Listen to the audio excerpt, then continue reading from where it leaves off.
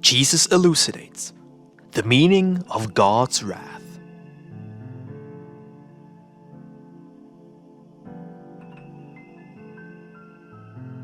Chapter 141. The Wrath of God. Says Cyrenius, somewhat embarrassed, "Lord, no one except my humble self has asked you anything, and it seems as though you, as my God, Lord and maintainer, have come to hold a grudge against me as a result." Say I, the Lord, "How can you so completely misunderstand the things I am saying? How can I hold a grudge against you when I continue to earnestly show you, as well as all other men, the truly essential things in life? Consider just how limited your judgment is, even now. When will it properly mature? How could the purest, primordial love of all loves within God ever hold a grudge?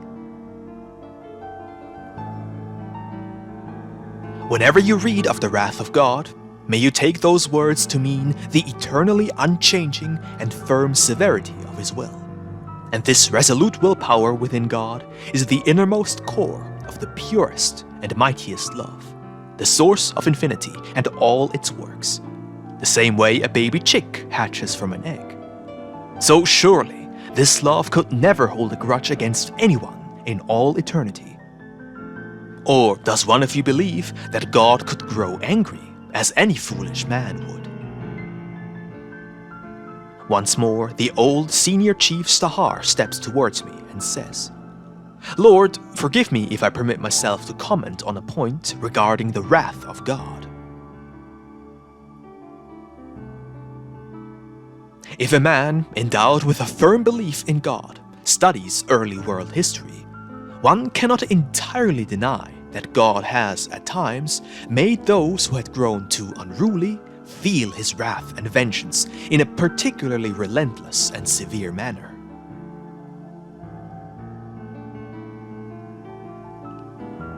Wrath and vengeance are mine, says the Lord through the mouth of the prophet. That this is truly the case is amply demonstrated by Adam's expulsion from paradise, by the great flood during the time of Noah, God's approval of Noah's curse on one of His own sons, as well as the later destruction of Sodom, Gomorrah, and the 10 cities situated at the spot we today call the Dead Sea.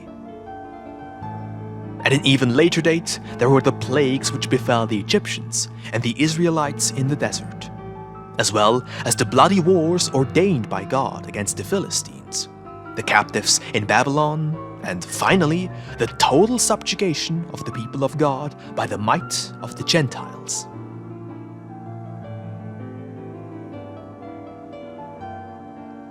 Lord, anyone who devotes just a little of his attention to this and considers God's behavior towards sinners, who are, after all, simply us humans, then he can only reach one conclusion. Jehovah harbors wrath and seeks to take absolute vengeance. It could certainly be said that this is simply how God raises His people, even entire nations, with His disciplinary rod in hand. Though these beatings and blows certainly do not appear to originate from the hand of a most loving Father. Rather, they seem to be inflicted by a terribly punctilious, if in a certain manner most equitable judge, with the power over life and death, pestilence and fire. This is just my opinion, though its validity depends on whether or not world history does indeed tell us the truth. Should all the distressing stories of God's deeds be merely fictional, however, then this aspect we call the wrath and vengeance of God may indeed be the core of His everlasting and purest love. I only bring this up because you yourself, my Lord, have drawn attention to the topic of wrath and vengeance earlier on.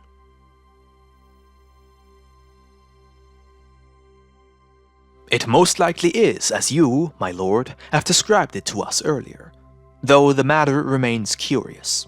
The fact that, in times long past, when the wrath of God was announced, and the people did not better themselves and refused to repent for their sins. The most severe punishment was indeed carried out, both in large and small scales, as well as in general and specific instances. As we are already on topic, it would most surely be worth it for us to be enlightened in regard to this matter. For how indeed can these actions be reconciled with the purest love of God, supposedly devoid of both wrath and vengeance?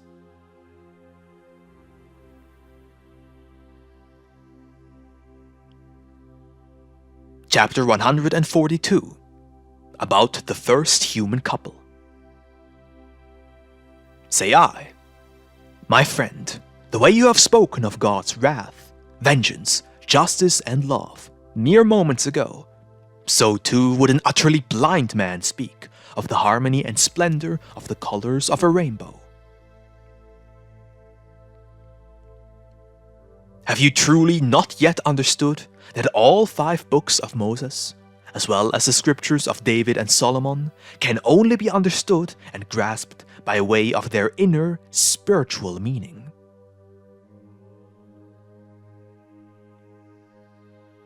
Do you honestly believe that God drove Adam out of paradise by employing an angel carrying a blazing sword in his right hand to ensure his expulsion? I tell you, even if it appeared as such to Adam, it was merely a comparative reflection of what took place within Adam himself. It was an important part of his upbringing, as well as a step towards the establishment of the first religion and the primordial church of mankind upon this earth. However, there never was a material paradise on this earth, where grilled fish would swim into people's mouths, for it was, as it still is today. The fish must first be caught, cooked, and only then eaten, though with moderation. If man was active, however, and harvested the fruits the earth offered him, and built up a reserve with them, then would every place man has cultivated have become a true paradise on earth.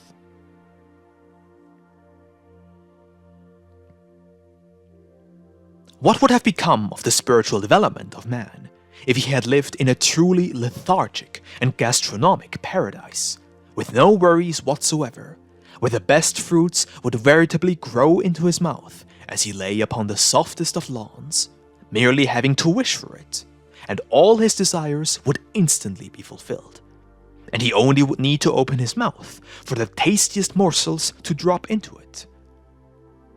How would man ever attain the necessary independence in life if this were his upbringing? I tell you this, if paradise was as you believe it to be, mankind would, even until now, know not and be nothing but a bunch of gluttonous oxen or ravenous polyps at the bottom of the sea.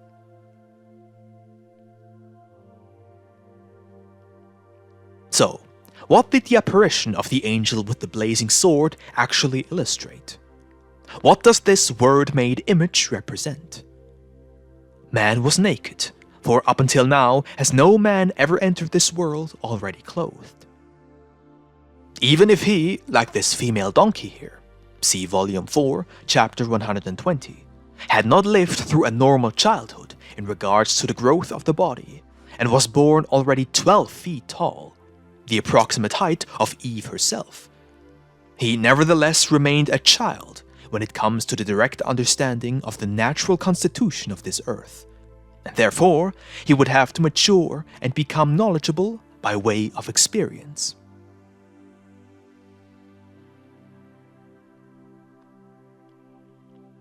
During the warmer days of spring, summer, and fall, he could endure the weather comfortably with his naked skin. But during winter, he started to feel the cold. He wondered in his heart, and God began to awaken more and more within him, using both spiritual and physical influences. Where am I? What has happened to me? I felt so comfortable beforehand, but now I am freezing, and the chill winds gnaw at my skin. Evidently, he had to seek out shelter, protected from the winds, and he began to cover himself with all kinds of foliage from the trees. This compelled activity stimulated his thought processes, and they grew progressively more logical.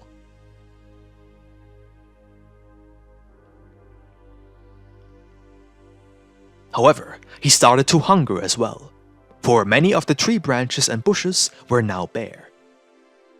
He traveled far out into the countryside as he searched for food, and he found some trees that still offered plenty of fruits. He gathered and carried them to the cave he had chosen to be his home. His increasingly experienced mind spoke to him once again. The earth is cursed during this time, and you, as a mere man, may only gather food by the sweat of your brow.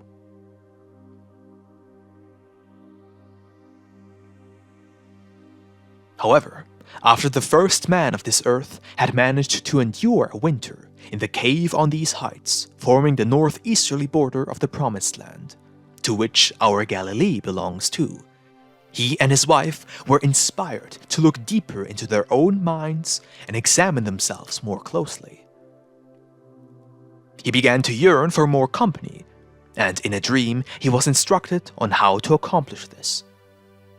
He proceeded to father Cain, and shortly thereafter Abel and Seth. Though it was his wife who initially gave him the incentive to procreate, for it was her who first received the vision on how to go about it. We shall not pursue this subject further, but I can tell you this, my friend Stahar.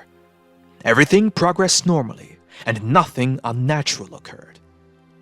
However, Moses nonetheless perceived that all that had happened only turned out the way it did because it was Jehovah's wish.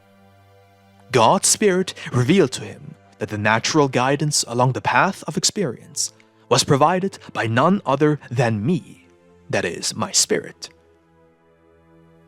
Because of this, Moses chose to illustrate God's constant presence right beside the first human couple, personalizing my influence by using focused, but nevertheless pertinent images, as was customary at the time, though essential as well, as these images offer necessary guidance to both this people and mankind at large.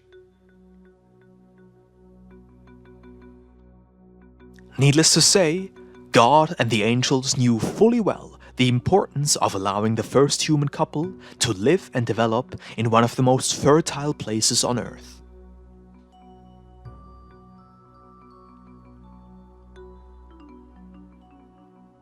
When later natural phenomena forced the first humans to leave their garden and search for supplies elsewhere on earth, this too did not occur because of any divine wrath.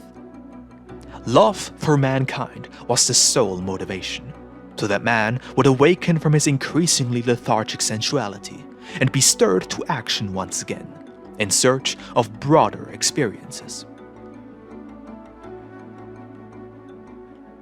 Once Adam, his wife, and his sons discovered that food could be found in nearly every corner of the earth, they began to set out on more extensive journeys, and in so doing became quite familiar with both Asia and Africa. This enriched them with a wealth of experience in all aspects of their lives. Clandestinely guided by the Spirit of God, they returned to their first Garden of Eden, and they remained there, and thus it became the point of origin for the whole world's population.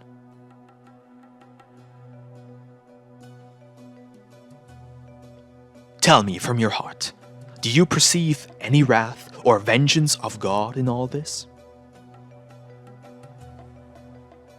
Chapter 143, The Great Flood. The Lord. Indeed, God in His wisdom may certainly grow reluctant if educated and at least partially matured people should wantonly and maliciously rebel against His order. However, this too is what the love of God is for. For in its infinite patience, it knows how to find suitable ways of opposing mankind's twisted ambitions, as well as how to guide men back to the path of righteousness. In short, my final goal for mankind must be attained in such a way that there is no compulsion, no coercion. Man can and should not be compelled to do anything by any sort of divine, almighty revenge. Even these measures should not be regarded as a consequence of divine wrath, for they are merely the result of man's perverse behavior. Yes, both the world and nature thereupon have received necessary and immutable laws from God. However, man too has been given such laws, which govern his behavior and his physical presence. Whenever man attempts to rebel against this order and seeks to twist the world in his image, it is not the spontaneous wrath of God that punishes him, but the grounded divine laws within everything created, affronted by man's failure to consider them. You now ask yourself whether or not the Great Flood is to be regarded as a natural and necessary consequence of man's twisted behavior as well, and I tell you that it should. I had instructed more than 100 prophets and emissaries to warn the people against acting contrary to the natural and divine laws. For more than 100 years, I earnestly pointed out to them the terrible corporeal and spiritual consequences of their perverse behavior. However, their wicked wantonness went so far that, in their blindness, they not only mocked the messengers, but even killed many of them. Therewith, they formally declared war on me. Even in spite of this, however, I did not grow angry or vengeful, and instead, I merely permitted them to continue on their chosen course of action. They had to make the woeful experience of realizing that their unreasonableness and ignorance, both in themselves responsible for what they are, can never, in no shape or form, oppose the greatness of nature and God's order, or, in their blindness, do with it as they please. Lo, you are free to climb the rock south of here, roughly the height of 500 men, and then willfully throw yourself headfirst over the edge. In accordance with the essential laws of gravity, this impetuous act will most certainly cost you the life of your body. Ask yourself whether or not that fate would befall you as a consequence of my wrath and vengeance.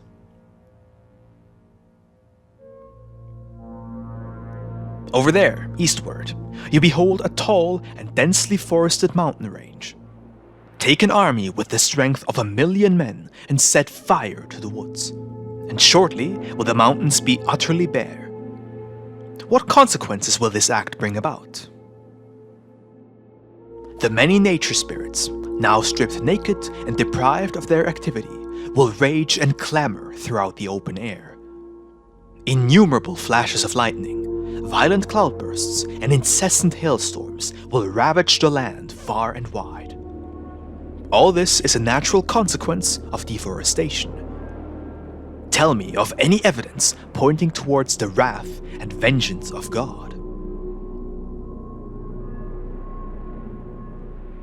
Millions of men zealously endeavor to level mountains, to drain great lakes and fill them with earth, to construct broad highways and facilitate warfare, to clear the slopes of whole mountain ranges, up to 700 to 900 meters, to dig 400 to 500 meter deep moats around the base of mountains, thereby tapping into the Earth's hidden reservoirs, so that the mountains subside into the vast cavities beneath, now drained, and the water begins to rise, so that, in Asia, it rages like the sea, nearly engulfing the highest summits.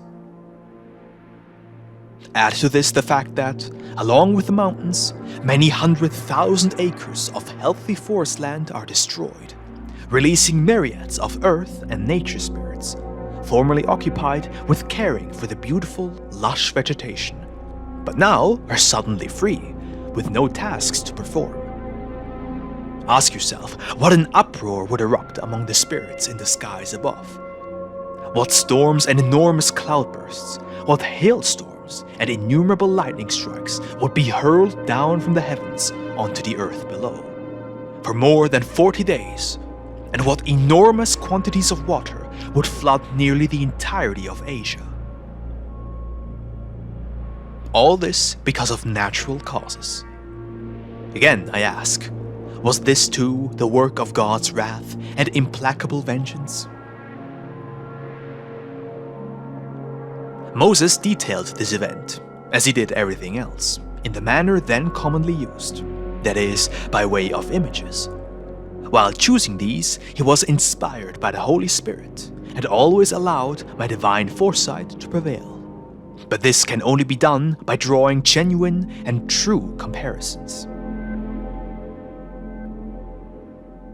Is the Lord Almighty therefore a God of wrath and vengeance, simply because you, and many others, have never truly understood his innumerable great revelations? Chapter 144. The Causes of Catastrophes.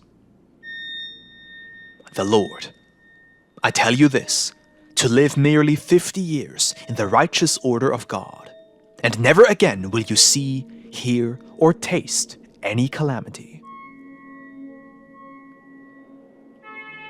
Lo, calamities, epidemics, all manner of disease among both humans and animals, bad weather, lean and fruitless years, devastating hailstorms, widespread destructive floods, hurricanes, great storms, plagues of locusts, and the like.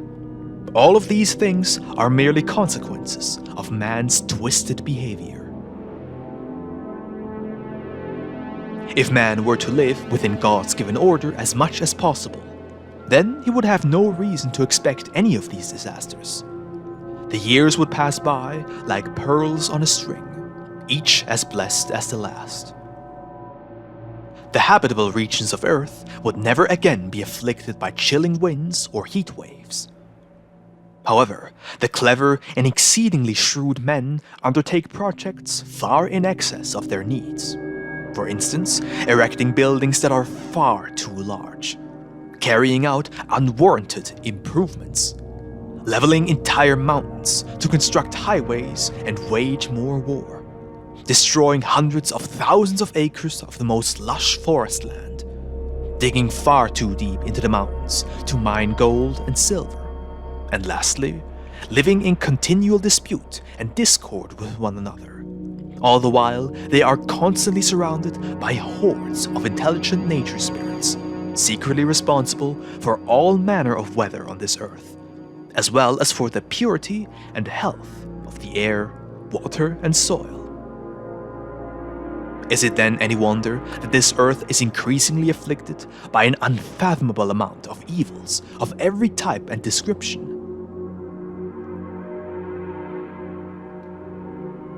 Miserly and avaricious men fit locks to their barns and keep armed guards to watch over their surfeit of treasures and possessions. Woe to those who might approach without authorization, for they would certainly be instantly and severely punished.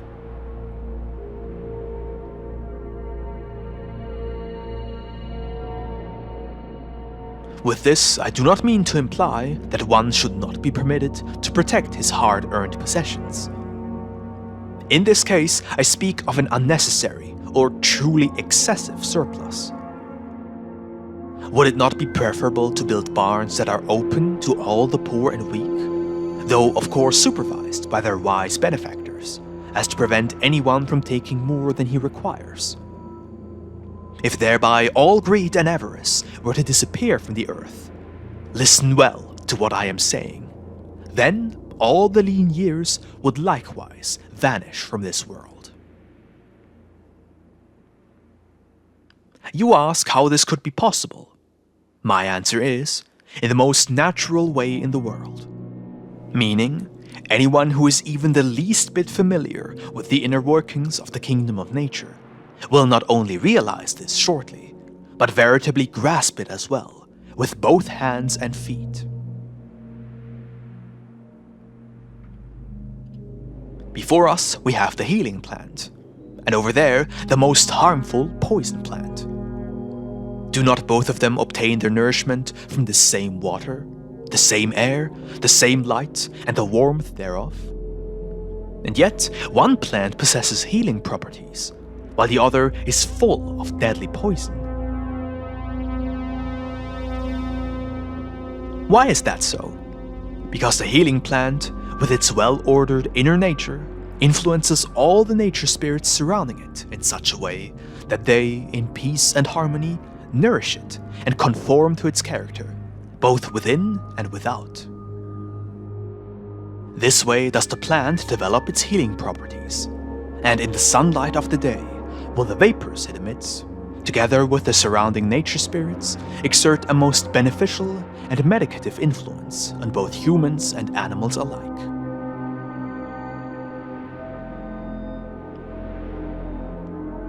However, the poison plant, whose character is of a selfish and wrathful sort, contaminates the surrounding nature spirits with the same traits, becoming utterly twisted. They then too conform to the plant and nourish it, their innermost nature growing identical to the plant's original character. The vapors it emits, as well as the surrounding environment, are poisonous and harmful to humans, while animals, with their acute sense of smell, will keep their distance.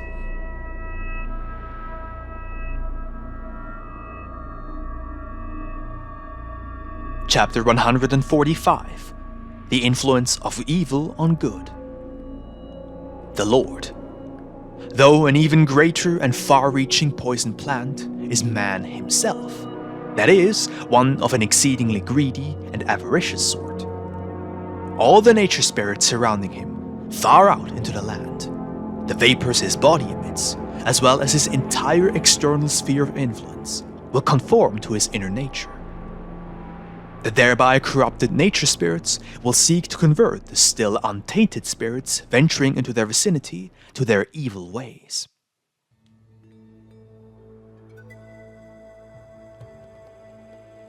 And since these nature spirits are embroiled in constant conflict with not only man, but so too with animals, plants, water and air, they inevitably induce many an occasion for friction, dispute, and unnecessary movement throughout the elements.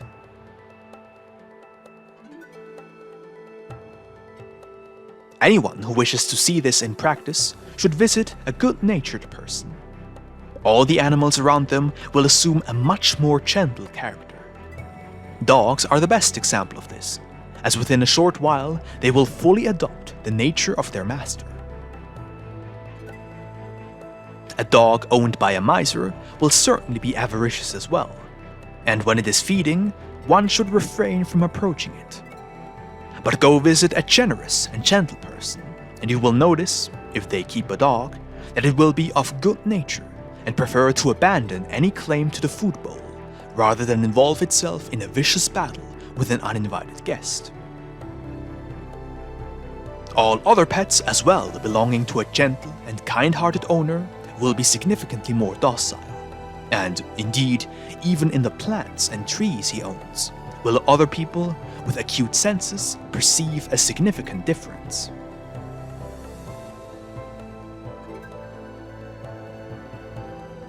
On the other hand, let us consider the servants of a miser, and see whether or not they too become greedy, jealous, and avaricious, and for that matter, insidious, insincere, and deceitful. Even an otherwise good and generous person, should they spend too much time in the company of a miser, up to his ears in gold and silver, will eventually grow rather parsimonious and apprehensive towards performing charitable deeds.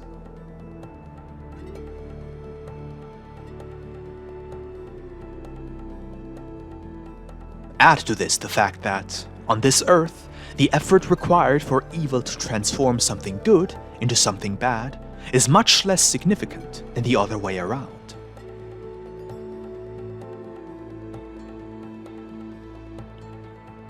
Consider a truly indignant man who would like to destroy everything around him out of sheer fury and wrath.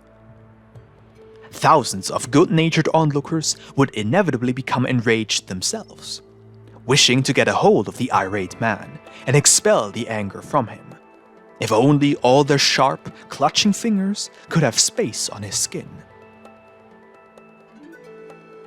Why does a single wrathful individual incite thousands others to do the same in return? And how are the thousands of well-disposed people unable to influence the one exception?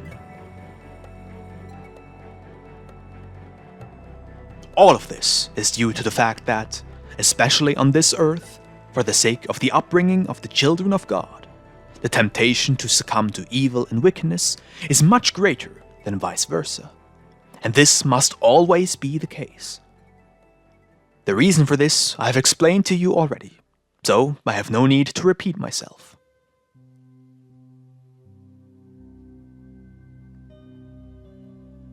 Once again, behold these two plants, and imagine a large bronze cauldron in which we will intend to brew a medicinal tea, using thousands of the healing plants.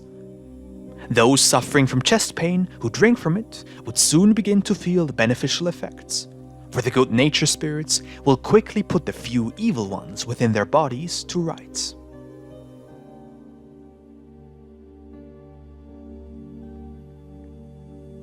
However, if we take this one particular poison plant and throw it into the cauldron where the 1,000 healing plants are already brewing, the single poison plant would transform the entire medicinal infusion into a deadly toxin. Woe to the ill one who dares to take a sip of this tea. The truth is, it would most certainly cost him his life, and he would be beyond help in terms of natural remedies. Consider the opposite case as well. If we brew 1,000 of the poison plants in the same cauldron to produce a deadly tea, and finally add just one of the healing plants to the concoction, how quickly will the few medicinal nature spirits assume the lethal toxicity of the poison brew? We can conclude with absolute certainty that on this earth, for the reasons given, evil is much more likely to conform good to its own wicked nature than the other way around.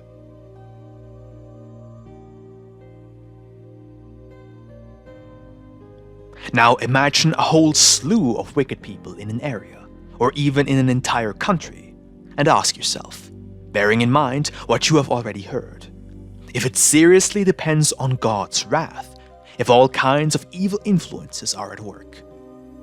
I tell all of you, though especially you, my friend Stahar, that all of this solely depends on man himself, his behavior and way of life. Never has the wrath and vengeance of God anything to do with it, except for the fact that I have ordained the nature of things as they are, and this order must, of course, be upheld and remain unaltered for as long as this earth exists. Otherwise, will this world dissipate, unable to provide a place for man to dwell during his trial life? The solution, therefore, is to embrace all the good things in life, with earnest intent and all the power and strength one can muster, if one wishes not to be swallowed by all the wickedness surrounding him.